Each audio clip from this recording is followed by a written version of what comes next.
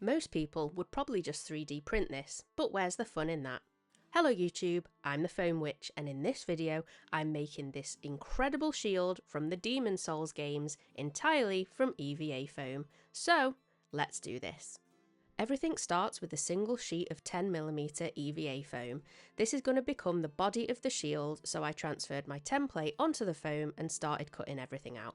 The template for this build is available for free in the description of this video. There is something so satisfying about cutting clean lines through fresh foam, unless you forget to sharpen your blade, and then it's about as satisfying as stepping on Lego. To give the shield a bit more strength, a channel was cut down the middle of the foam and then a steel rod added to make the shield a bit more secure, because you do not want a flimsy shield. This got glued into place with specifically for foam hot glue sticks from the incredible Tig Supplies. Once everything was cut out, the basic shape was there, but it looked incredibly flat, which is a bit of a problem because shields aren't really famously known for looking like chopping boards. To give it a curve, I cut another piece of 5mm foam, but this one was slightly thinner at the edges. When it's glued onto the 10mm piece, lining up those edges, it forces it to give the curve upwards. It's one of those little tricks that's very simple, but it makes the finished prop look so much more convincing. Now for the border, and I cut strips of 5mm foam and glued them all the way around on both the front and the back. This added more depth and made the shield feel much thicker than it actually was. It's also at this point where it finally starts looking less like foam and more like something a knight would happily carry into battle.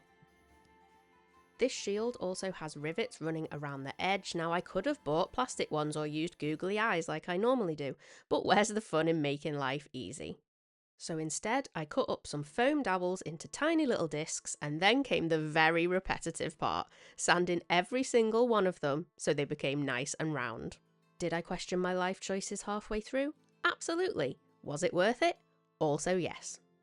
These are very simple little details, but they're the sort of thing that makes a prop look far more realistic. To make sure some of the details on the front were going to be in the right place, I cut out the template of the dragon, which is obviously on the front of the shield, and I traced it onto the foam. This was mainly to make sure that the two rivets on the front were going to be in the right place, but it was also to help me mark out where the battle damage was going to go. As you can see from this reference photo, this is where the rivets are on the front of the shield. So I used my rotary tool to carve out a channel where the rivets were going to sit, and then I took some more of those rivets from earlier and stuck them in place.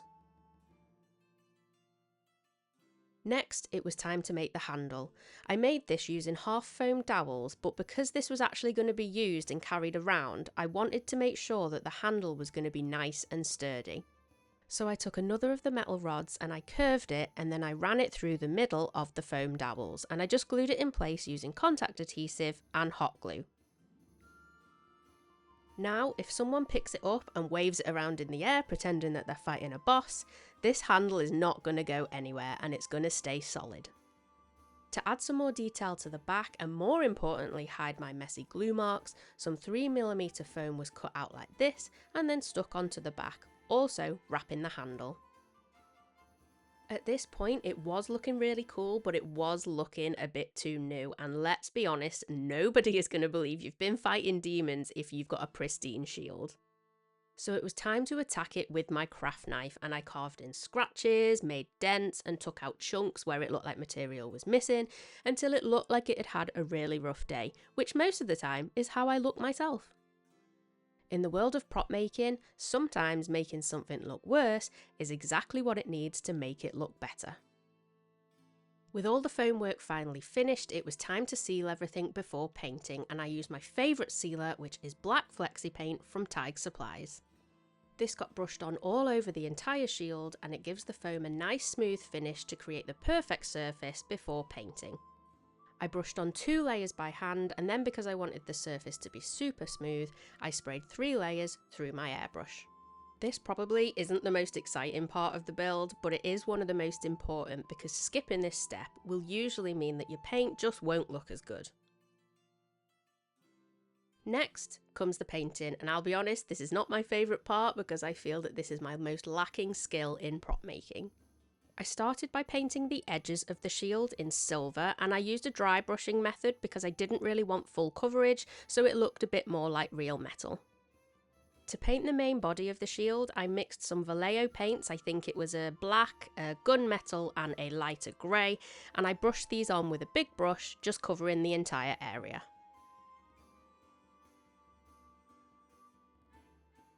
This is how it was looking once that paint had dried, and considering I had no idea what I was doing mixing the paints, the colour matched the reference photos really well. It was then time to add the dragon back onto the front, so I stuck the template on and absolutely painstakingly painted yellow around the whole outline with a really tiny brush. Obviously, this was a brilliant idea. Spend ages carefully painting an outline, only to then spend even longer going around all this with masking tape in order to paint the yellow. I know the phrase is work smarter, not harder, but clearly in this instance I chose to work harder. Yellow is honestly one of the worst colours to paint. The coverage is always so rubbish, but thankfully in the reference photos, the coverage of the dragon itself had brush strokes, it had bits missing, so that worked perfectly. Once the paint had fully dried and the masking tape had been removed, this is how the shield was looking.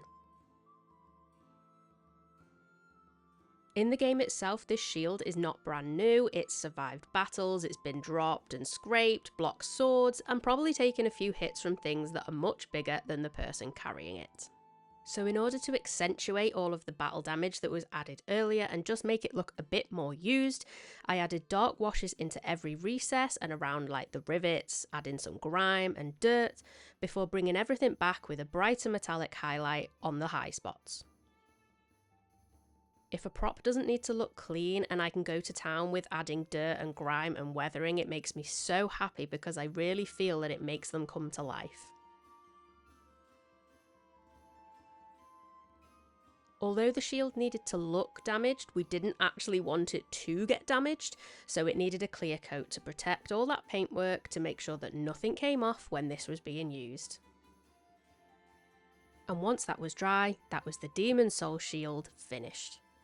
From how the build process begun to how it looks now, I was so thrilled with how this turned out. The curve, the weathering, all those little rivets, it really looks like it belongs in the game. If you are still watching this video, I want to give you a massive, huge thank you. And if you've enjoyed this build, I'd really appreciate it if you could hit that like button because it really helps the channel reach more people who love all things cosplay. If you have any ideas of things you would like to see me make in future videos, please leave them in the comments below to give me some inspiration. And if you like crafting content like this and want to learn how to make your own costumes and props from foam, don't forget to subscribe to my channel if you haven't already to join the Foam Witch community. Thanks again for watching, and all I've got left to say is, I'll see you next time.